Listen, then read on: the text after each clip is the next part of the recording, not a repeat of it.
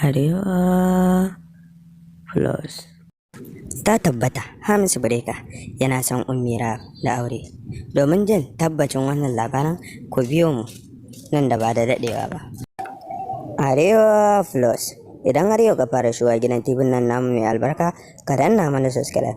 Kana ka danna alama ƙararrawa domin sani da zarar mun ɗora.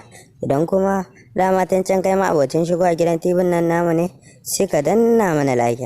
Sannan ka yi mana share na bidiyon da ya burge ka. Sannan ka yi mana comment domin mu ji menene ra'ayinka dangane da wannan bidiyon. Kamar yadda kuka sani, wannan shine shahararren mawaƙin nan wanda aka fi sani da Hamisu Breaker.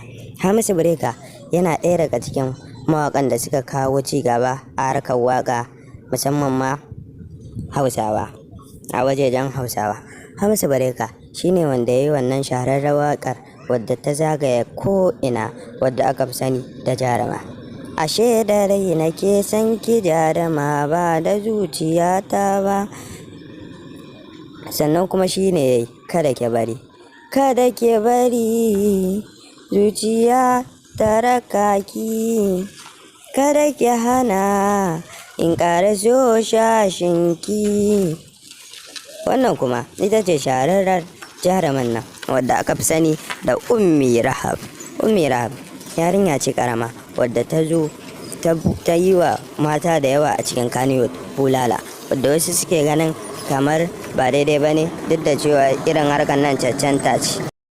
A wata majiya mai rauni ta bayyana cewa Hamisu Breaker ya fito kan social media ya bayyana cewa yana son Ummi Rahab da aure. Sai dai da muka tuntuɓi Hamisu Breaker sai ya ce shi bai san taya aka yi haka ta fara ba, domin shi bai faɗa haka ba.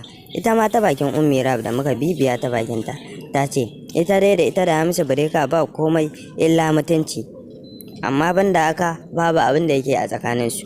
Ku danna mana subscribe, kana ku danna alama ƙararrawa domin sani da zarar mun ɗora. Mun gode.